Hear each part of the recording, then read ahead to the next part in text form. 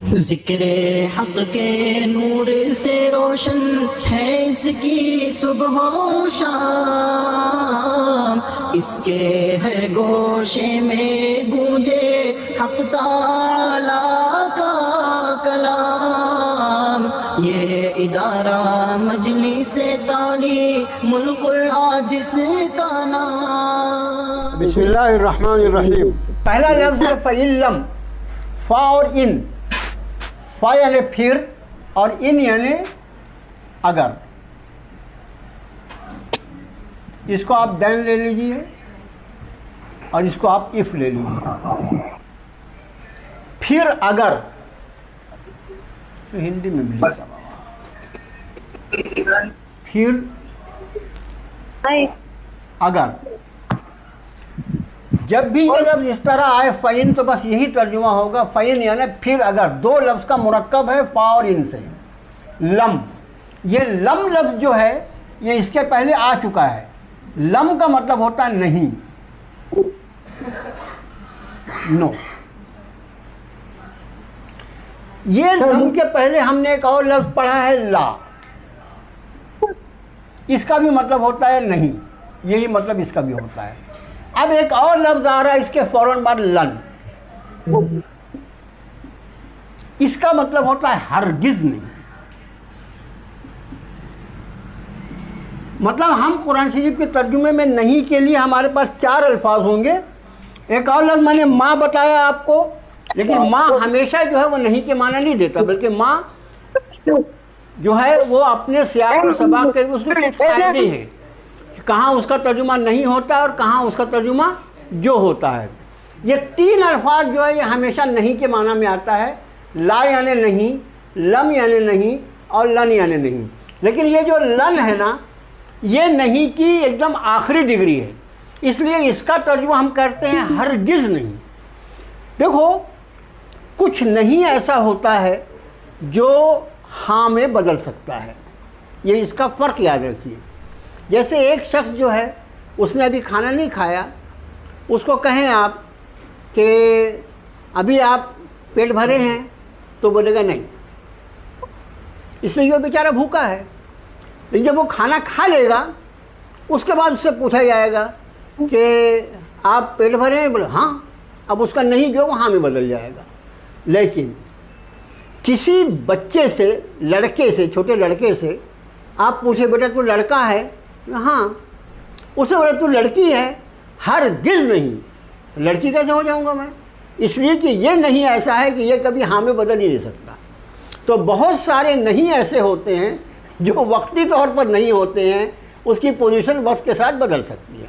ایک آدمی بے وضو ہے، اس سے پوچھا جائے بھئی تمہارا وضو ہے؟ نہیں، وضو بنا دیا، اب اس سے پوچھیں تمہارا وضو ہے؟ بولے ہاں، اس کا نہیں ہاں سے بدل گیا۔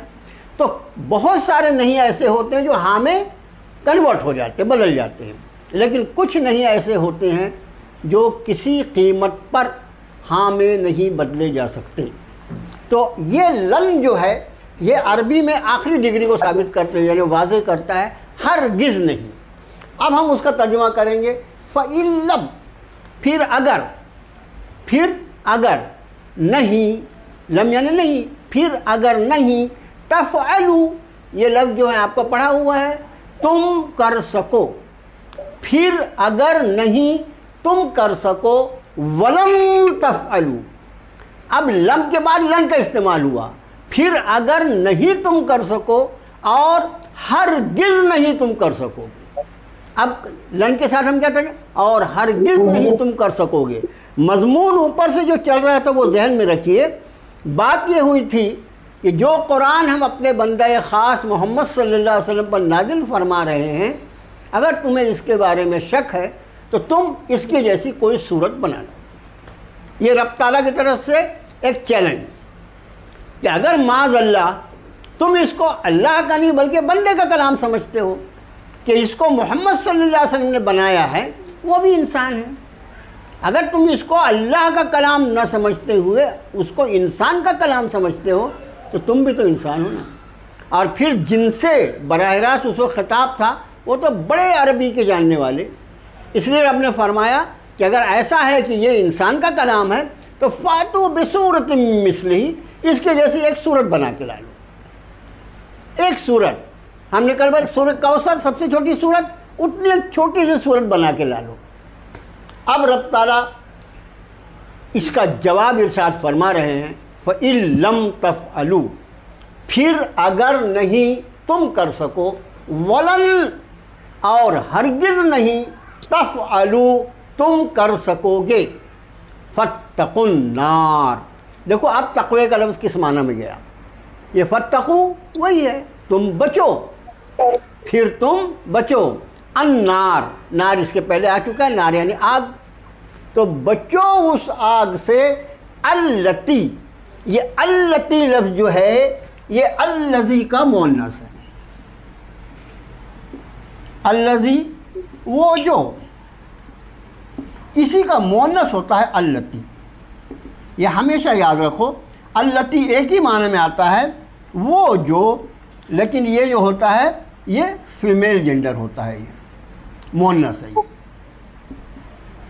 یہ التی اس لیے آیا کہ اس کے ساتھ آگ جو ہے، ہم نے بتایا تھا کہ آگ یہ مؤنث استعمال ہوتی ہے، اس لیے یہاں پر بجائے الذی کے التی آیا۔ پھر اگر نہیں تم کر سکو اور ہرگز نہیں تم کر سکو گے تو پھر بچو آگ سے وہ جو، آگ سے وہ، جیسے ہم الذی استعمال ہوتا ہے، الذی یعنی وہ جو، لیکن وہ مذکر کے لیے آتا ہے، آگ ہے اس لیے یہاں پر اس کا استعمال الذی کے بدلے التی ہو گیا۔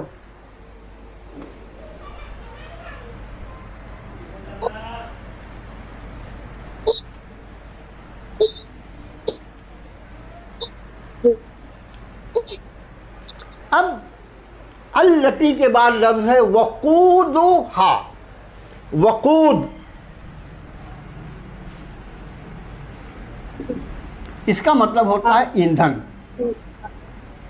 جس کو ہم انگریزی میں کہتے ہیں فیول، فیول، جلنے کی چیز جو ہے اس کو وقود کہتے ہیں، اس کا سنگولر وقد ہے اور وقود، وقد یعنی جلانا بھی ہوتا ہے، تو وقود جو ہے وہ ایندھن، ہر جلنے والی چیز کو وقود کہا جاتا ہے۔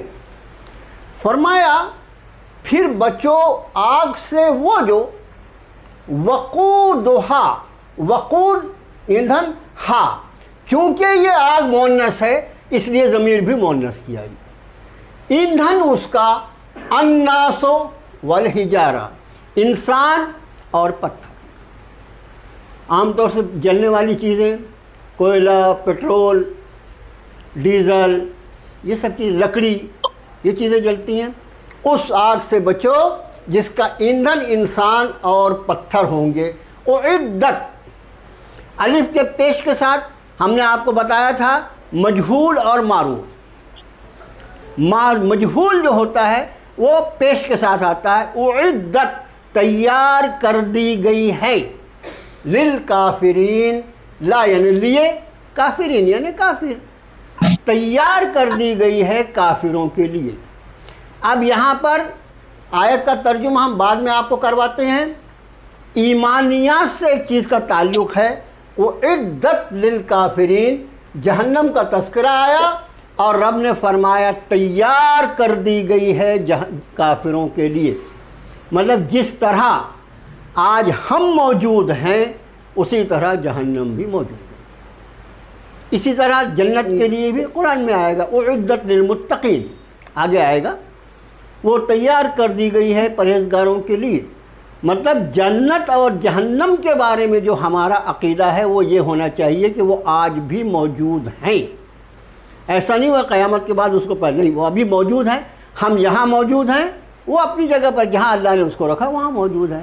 تو یہ اعدت للکافرین جہنم کے لیے، اور جنت اعدت للمتقین، اس کا ایمان سے تعلق ہے، ہمارا عقیدہ یہ ہونا چاہیے کہ جنت اور جہنم دونوں تیار کر کے رکھ دی گئی ہے۔ اب آیت کا ترجمہ دیکھیے، فَإِن لَمْ، پھر اگر تفعلوا، اپنے مائک بند رکھیے، اپنے مائک بند رکھیے، پھر اگر نہیں تم کر سکے اور ہرگز نہیں تم کر سکو گے تو بچو آگ سے وہ جو ایندھن اس کا انسان اور پتھر تیار کر دی گئی ہے کافروں کے لیے۔ پھر اگر تم نہیں کر سکے اور ہرگز تم نہیں کر سکو گے تو بچو اس آگ سے جس کا ایندھن انسان اور پتھر تیار کر دی گئی ہے کافروں کے لیے۔ یہ ہوا ترجمہ۔ کوئی لفظ جو آپ کو سمجھ میں نہیں آیا وہ بھی پوچھ سکتے ہیں، ترجمہ کرے۔ جینٹس میں سے کوئی ترجمہ کرے۔ سعید بھائی آن لائن ہیں کیا؟ سعید بھائی، حنیف بولپو؟ پھر بعد میں اپنے میسج دیں گے، میں حاضر تھا۔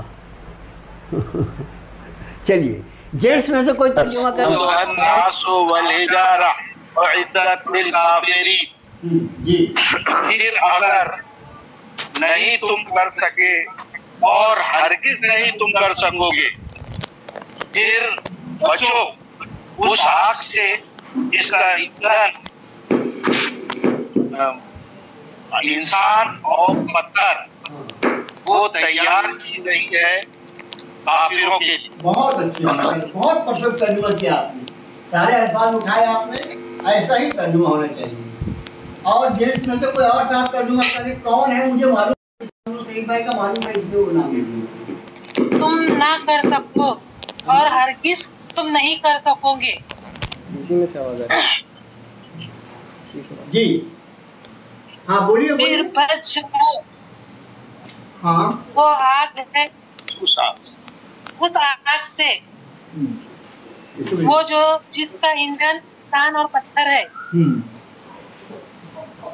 جی تیار اور وہ کر دی تیار گئی ہے۔ کی گئی ہے کافروں کے لیے۔ بہت اچھا۔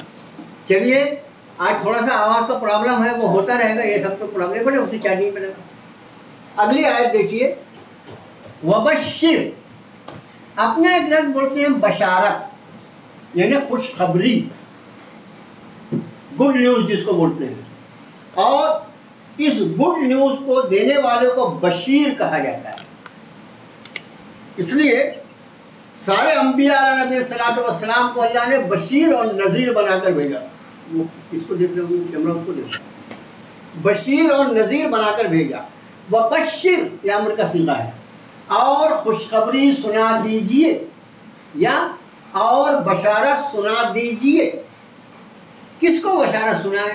الذین آمنوا، ان لوگوں کو جو ایمان لے آئے، وعملوا الصالحات، بہت اہم نقطہ ہے یہ، وعملوا اور عمل کیا انہوں نے، صالحات، یہ صالحات جو ہے یہ صالحات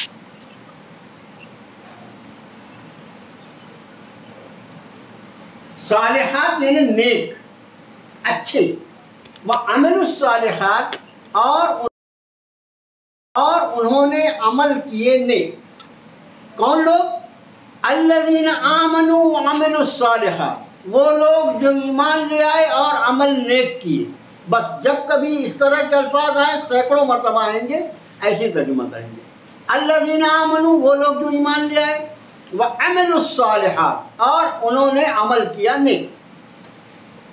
ان، اب یہ دیکھیے انا، انا یعنی بے شک، اور الف کے زبر کے ساتھ اگر ان آئے تو اس کا ترجمہ کہ لہم، ان کے لیے، یہ سارے الفاظ آپ کو گزر چکے ہیں، لہم، ان کے لیے، جنات، یہ جنات جو ہے یہ جنت کا پلورل ہے۔ دیکھو جہاں سنگولر لفظ آئے گا وہاں ترجمہ ہم سنگولر کریں گے، واحد کریں گے، جہاں جمع آئے گا وہاں جمع کرنا ضروری ہے۔ اس لیے کہ قرآن میں جمع ہم اس کو واحد کرنے والے کون ہوتے ہیں؟ نہیں کرنا چاہیے۔ جنات جو ہے یہ جنت کا پلورل ہے، جمع ہے۔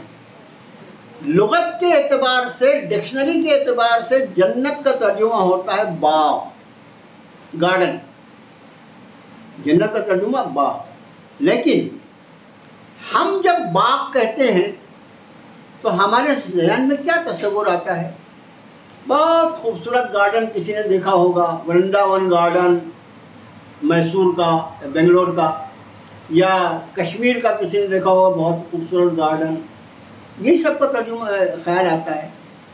یہ سمجھ لو لفظی ترجمہ جنت کا باغ ہے، تو بہت سے لوگوں نے اس کا ترجمہ باغ بھی کیا ہے، لیکن قرآن جس کو جنت کہتا ہے اور اللہ کے رسول صلی اللہ علیہ وسلم جس کو جنت فرماتے ہیں اور جس کے بارے میں ان گنت پیشن گوئیاں آپ نے فرمائی ہے، وہ جنت کیسی ہوگی؟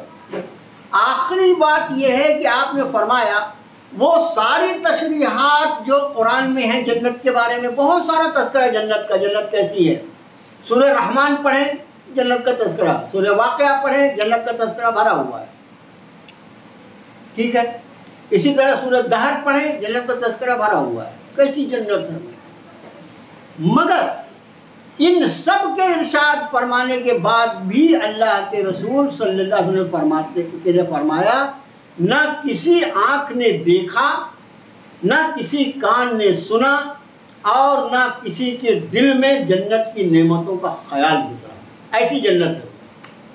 اب اس جنت کو ہم اگر دنیا کے باغ پر تصور کر لیں تو اس کی توہین ہوگی، اس لیے جہاں جنت اور جنات کا لفظ آئے وہاں ترجمہ جو کا تو جنت کرنے کی عادت ڈال۔ اس کے علاوہ کچھ مضامین قرآن میں ایسے آئے ہیں جس میں کسی باغ والے کا تذکرہ قرآن نے کیا۔ دنیا میں ایک واقعہ پیش آ گیا، سورہ قلم میں آپ دیکھیں گے، سورہ کہف میں دیکھیں گے، باغ والوں کا تذکرہ۔ اب جب وہاں باغ والوں کا تذکرہ ہے تو اس جنت کا ترجمہ ہم لازماً باغ کریں گے، اس کا ترجمہ جنت نہیں کریں گے۔ اپنے آپ کو اس کا پابند بناؤ کہ جنت جہاں آتی ہے اور آخرت میں وہ جنت جو اہل ایمان کے لیے اللہ نے تیار فرما رکھی ہے تو اس کا ترجمہ جنت ہی کریں گے، اس کا ترجمہ باغ ہم کبھی بھی نہیں کریں گے۔ اب دیکھیے اور بشارت دے دیجئے یا خوشخبری دے دیجئے ان لوگوں کو جو ایمان لے آئے اور عمل نیک کیے کہ ان کے لیے جنتیں ہیں، جنات جنتیں ہیں، باغات ہیں نہیں۔ اور دوسرا کلمہ بہشتیں ہیں، اب بہشت تو خود ہی جنت کو کہتے ہیں، بڑا بھاری پڑ گیا ہے۔ جنتیں ہیں تجری، جاری ہیں، ہم جاری کا لفظ بولتے ہیں نا، یہ نہر جاری ہے، ندی جاری ہے، وہ جاری لفظ ہے، جاری جو اردو میں تجری جاری ہیں، من تحتہا، دیکھو تحت جو ہے نا، تحت کا لفظ، یہ تحت کا مطلب ہوتا ہے نیچے، بولتے یہ اس کے ماتحت ہے۔ عربی کے قرآن شریف کے اتنے الفاظ ہم لوگ استعمال کرتے ہیں، ہم کو پتہ ہی نہیں، ہم قرآن شریف کے الفاظ روزانہ ماننے سینکڑوں الفاظ بولتے ہیں۔ تو تحت کا مطلب ہوتا ہے نیچے، ماتحت جو نیچے، اس لیے سبارڈینیٹ کو یہ صاحب کے ماتحت ہے۔ تو تحت کا مطلب ہوتا ہے نیچے، من تحت ہا جو ہے وہ جنت کے لیے آیا، اس لیے کہ جنت بھی مؤنث ہے۔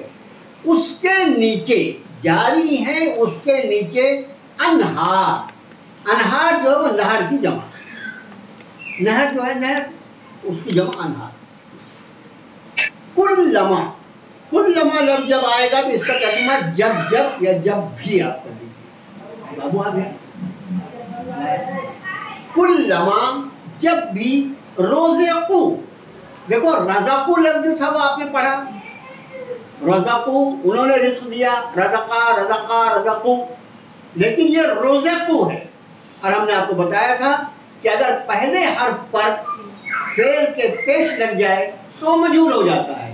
تو کلما رزقو، جب وہ رزق دیے جائیں گے، رزقو انہوں نے رزق دیا، لیکن رزقو وہ رزق دیے گئے، جب وہ رزق دیے جائیں گے، منہا اس میں سے، من ثمرتن، ثمر کا مطلب کل ہم نے بتا دیا تھا آپ کو، ثمر یعنی پھل، من ثمرتن پھلوں میں سے، رزقن، رزق دو مرتبہ آ گیا کہ جب وہ رزق دیے جائیں گے یا کھانے کو دیا جائے گا اس میں سے پھل کھانے کے لیے، قالو وہ کہیں گے، ھذا الذی، یہ الذی آیا یہاں، یہ وہ جو رزقنا رزق دیا گیا تھا ہمیں، من قبل اس سے پہلے، وہ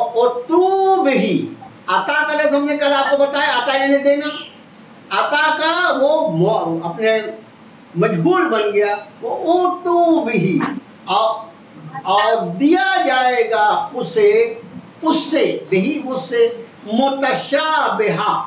متشابہ لفظ جو ہے یہ ایک جیسی چیز کو بولتے ہیں. ایک جیسی چیز ملتی جلتی. یہ ایک جیسی سے مطلب بکرے اور گائے یہ متشابہ نہیں ہو سکتی.